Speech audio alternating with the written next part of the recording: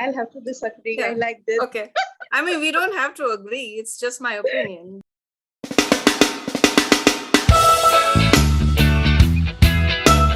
Hey guys, this is Beni. And this is Dhru. And today we are going to review the Nollywood series called Blood Sisters. By the way, guys, please note that this review is going to have spoilers. So if you haven't watched the series, please go to Netflix and watch it. So the two main characters are Kemi and Sarah. Their chemistry as sisters was amazing. And the funny thing was, I really expected them to be sisters, but they weren't. Not only, obviously, they were joined by the sequence of events, which was pretty bloody, but they were like blood sisters because they were willing to go so far for each other. I love how both the characters were portrayed. One is always worried, anxious, very submissive, and the other one is the protector, Kemi. She wasn't really sure what was going to happen next or whether her decision was going to be correct or not, but she had to do something.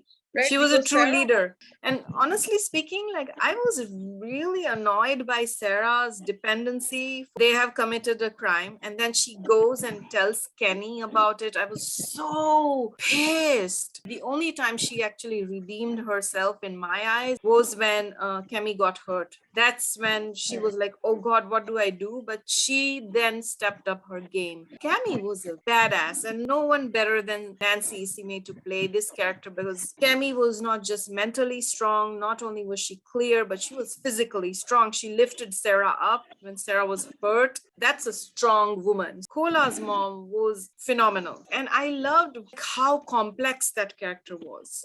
Even her kids, other than Kola, could not understand why she was like this until you watch towards the end of the series. Her nuanced acting on when she heard about Kola's death and a few other outbursts, they were so real. And she was just this monster who was just like, had a second of vulnerability and then had to compose herself and became someone. It almost crazily was like almost like a split personality. I mean, it was so organic. You can actually feel that this is exactly what this person would have done or would have felt. This was the best character, I would say. Timain.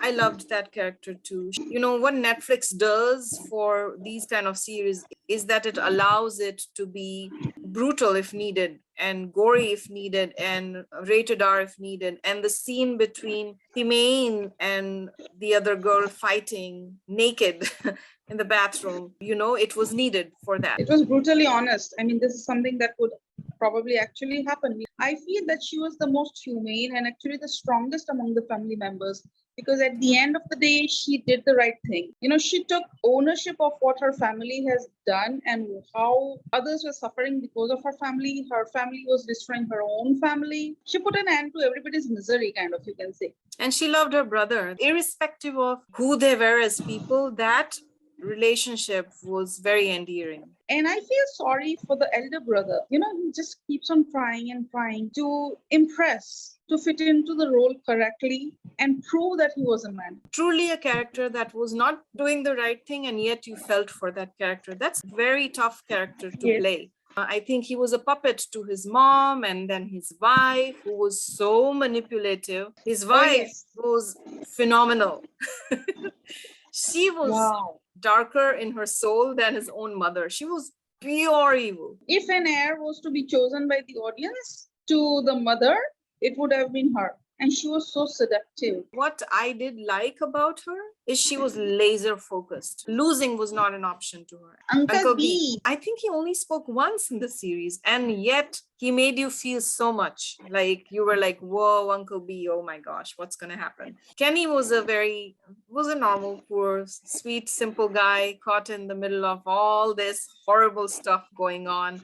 And he was the one who truly loved Sarah and cared about her. I need to talk about Sarah's mother. I mean, both the mothers were horrible mothers, right? Horrible mothers. You can't find Kola'S mom was nice to Kola. Yes, but she brought him up wrong. Okay, she was nice to him, but what about the other kids? Evidently, everything went wrong because of her focus on just one kid. So Sarah's mom. She was so selfish. I mean, any human being can be, oh, wow, what a wonderful family you're getting into.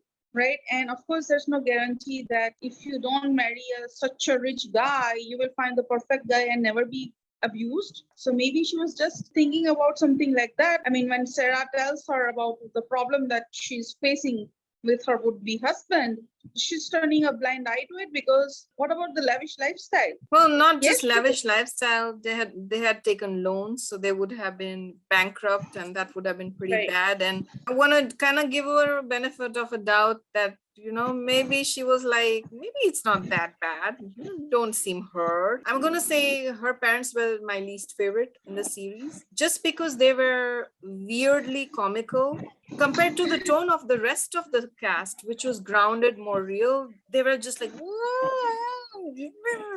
and I was like, what is it's like they came from another series into this series. I think it was fairly well placed because they wanted to show that they didn't belong with Kola'S family, that they were worlds apart. But then why was Sarah not like that? Oh well, you can have differences. And children don't always tend to be just like their parents. But in terms of plots, how Sarah's mother just forgave her and all of a sudden like run. Maybe that makes sense in a way, that because then now she knows how bad her daughter's situation is. That's when she became actually a good mother. Near-death situations, they shake a person to the core. Her husband almost died. Then what if her husband also dies and Sarah is also in a miserable position? She might have thought of that, and Chicago. Oh my God, how did we not talk about him? I loved him. He was so awesome. True to his duty kind of a character. That guard, he says that I've heard that you were in Chicago for 20 Right. years. Why on earth did you come back? And he says, would you believe me if I said that I miss Nigeria? So And the- I love that about him, that he just wants to be back to his own country where he is needed the most. He claims to be from Chicago, which is cool, but his accent was a little Brit. Kola'S best friend. Without him, things would have not turned out the way they turned out. And he was a good man. I mean, look at the Yes. stark difference between the two best friends, where he has never seen that side of Kola, although they were childhood friends. And that also shows how sinister Kola must have been. Of course, in the beginning, it was like he wanted to bring justice to his friend. But when he realizes the truth about what things might have been, he's like, justice should be served. Beautifully written nuance there, that you might be really close to someone, but you might not know all the aspects of that person. Then think about Ted Bundy, who was a serial killer who had a wife and a child. He didn't kill them, but he killed Yes. so many women. People are different with different people. Kola, interesting, high society, egoistic. He was a control freak, power tripping the whole time. I think he was messed up in his head. Terrible character. I don't know how else to put it. But he probably was a good brother to his sister. I think that was the only positivity I saw in him. There's no proof of him loving his sister. I don't know if he ever loved anybody at all. Maybe the mother. And there was a brief scene where he did have a genuine smile when he saw his sister. He hugged her. Hey, mom, Right. take it easy. Like he did. That was the only kind of redeeming thing in him. And very well played as well. Very well played, yes. Even though he was in the series just for a little bit, but we never forgot his impact or his face. Even in the later shots where he was looking at his abuse victims and he had this sadistic kind of satisfaction, it was amazingly done. Like it, otherwise, it can get over the top and comical and weird, but it was just the right balance and it was really well Yeah. done. I would like to upload the plot. It's very well written. The plot as well as the screenplay. All of the characters were very well Flushed out, very well acted, very well casted, very well directed. Yes. So in terms of the writing, it talks about actually so many interesting things. For example, high-profile sibling relationships and how brutal they can be. Toxic femininity. An example of that is like how Kola'S mom and Kola'S sister-in-law were. Also toxic masculinity, where Kola was treated like, oh, you're such a man. And he was beating all these women, while Kola'S brother was not a man just because he didn't want to do bad things. And all the women in the series were so strong, whether they were on the wrong or the right. And also they were good guys. The cop, Kenny and the best friend were really good guys. And even Sarah's father, he is not aware of what the mother is aware. And even at the wedding, he asked her, "Are you sure that you found yourself the correct guy, despite his financial problems and everything?" Whole premise of the story is also very interesting. Like, say you do something in self-defense and then you freak out and you run away, although the right thing for you to do is to just come clean, but your instinct is against you. Like, what happens to a person like that? This whole movie for me, it was simply purely about survival instinct. And to survive, generally you don't do the right thing. It's going to be me or the other person. In terms of law, self-defense is, they do allow for it. But to prove Right. something like that, especially given that the mother was bribing the cop, like, you know, to survive in a system that's completely against you because you're not rich enough and you have committed a murder, even though nothing ever happened to Kola, right, for abusing all those women, which was, by the way, very hard to see. And then the mom says they all deserved it because they wanted his money. Like, how messed up. You know, patriarchy is especially reinforced by women like these. Speaking of the twist, we should not forget talking about the doctor. Oh my gosh. Oh my God. I was thinking, yeah, this is too good to be true, and that he's probably gonna, you know, give them to the police or someone. I loved how they slowly transitioned into revealing that. For example, when the girlfriend was leaving and he gave her money, that's when we're like, oh, what's going on here? So they did it very beautifully. Uncle B, when he's taking help of the police, and he says, "How can Nigerian police be out of gas?" And the chief of police says, "Welcome to Nigeria." You know, and then he tries to button up his coat, and the coat does not have buttons, and he says, "Indeed." You know, they show the police station and they show police Nigeria or Nigeria police, and there's a letter missing out of it, which is so realistic. It symbolizes why there is corruption in the first But place. it also shows the amazing thought that they have put into writing these little nuances. I think the plot was very well written and everything, but the action sequences were not the best shot.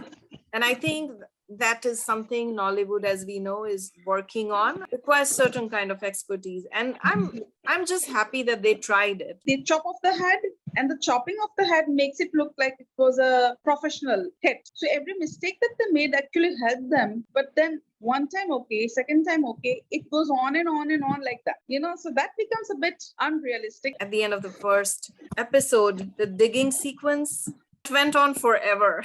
I felt it was realistic because they have never probably dug before, you know? Yeah, but I mean, I get it. Yeah, how to dig, how much to dig for a dead body. Which doesn't have to be by length of the scene. It can be shown by the highlights of the scene. Otherwise, why don't we just watch a reality show where we see each and everything, then watch a series? I'll have to disagree. Yeah. I like this. Okay. I mean, we don't have to agree. It's just my opinion. This was really funny to me, but the hitman that the brother hired, he was not nuanced at all.